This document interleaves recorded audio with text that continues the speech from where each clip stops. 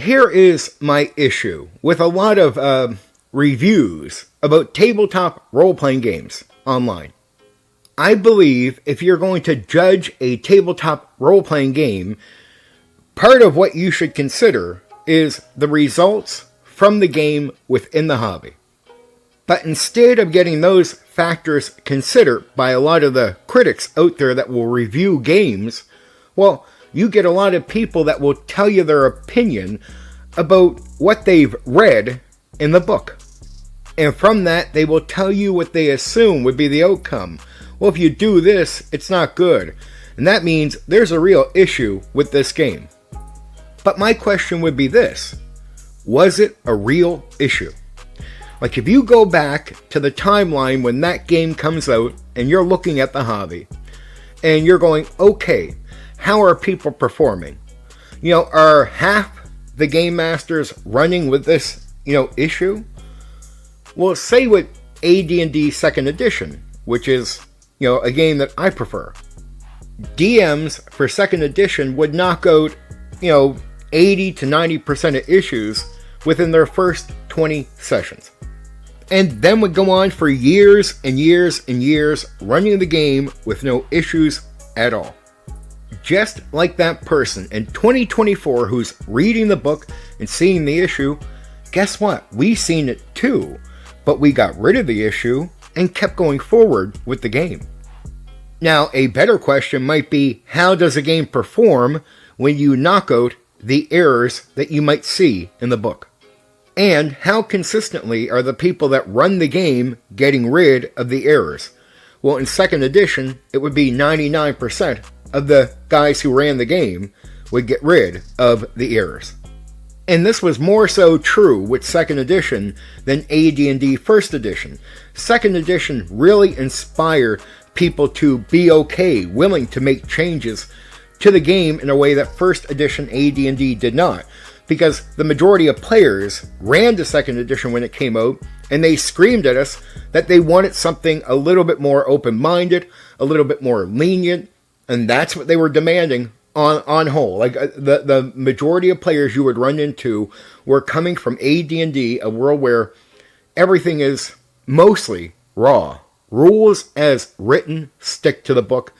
Don't fix the errors, celebrate them, marry them, accept them as part of the game. And so you could look back at AD&D 1st edition and criticize the game itself and the negative effects that it had on the hobby.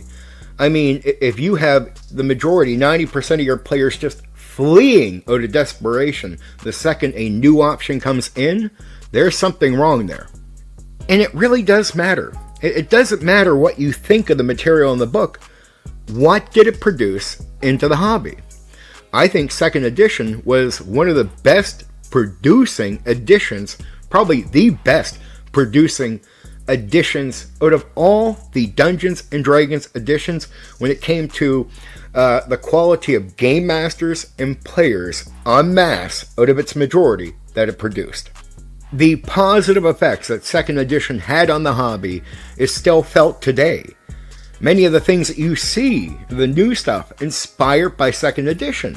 And people will try to say that as an attack on 2nd edition. I'm like, 2nd edition is not the new stuff. But yeah, you can say it inspired a lot of things. Changes, different ideas. Of course it did. Because people were not promoting that type of viewpoint, back with AD&D 1. But AD&D 2nd edition was all about homebrewing, making it yourself, making changes.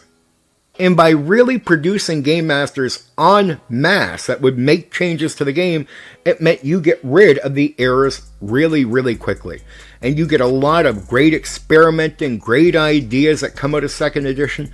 2nd edition was a great game when you get rid of the errors, which 2nd edition DMs knew this en masse. It wasn't an issue in the hobby.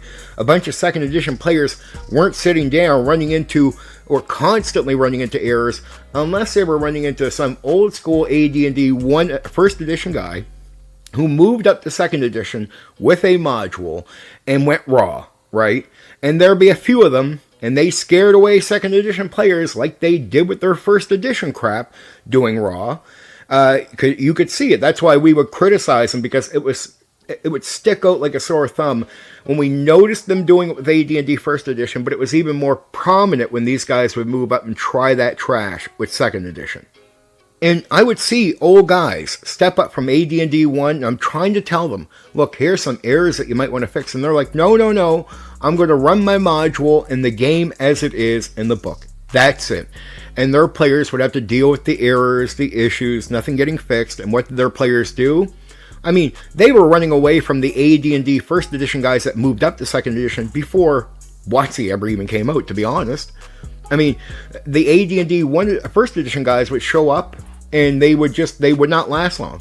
They would do Second Edition for a while, and we would just take their players away from them. And not like being mean, their players would just flee their tables and come to ours. And that was a consistent thing that I seen over and over again. Every time some old school, in the minority, AD&D First Edition or original D&D guy stepped up to Second Edition, and they bring this mindset of we're going to stick to raw and not fix errors, and we're going to go to a module, and we're going to do the module over and over again. People are like, look, we've been through this. Right? We've been through this. We're done. We want something more creative. We want something wild. We want something out there that feels like it's out there in a way that we're making it happen together. Not a module already pre-made, but just something a bit more. And we want some leniency and some open minds, coming at us when it comes to the people that run these games. So when I hear people talk about Second Edition in 2024, and they're telling me about the issues they see with the game, and, Second Edition wasn't that great. I'm like, Second Edition, given the results, is in my opinion, the best edition of D&D to ever exist. Because no other edition produced the amount of quality game masters and players into the hobby like Second Edition. Period. It wins. Period. If you read the book, you won't know that. If you were out doing the thing, you would. That's the difference. Don't just judge a book based on just what you read in the fucking book. Judge it based on what it produces into the hobby. Because that's where it matters. And Second Edition matters once you realize what it did for the hobby. A lot of the new stuff, a lot of the creativity comes from Second Edition, period. Of course, Gary was saying during AD&D 1 and Basic, we don't want people to realize they can do all this shit and make up all this stuff on their own. They'll realize they don't need us. Come Second Edition, the cat got out of the bag, dude. We don't need you. Thank you.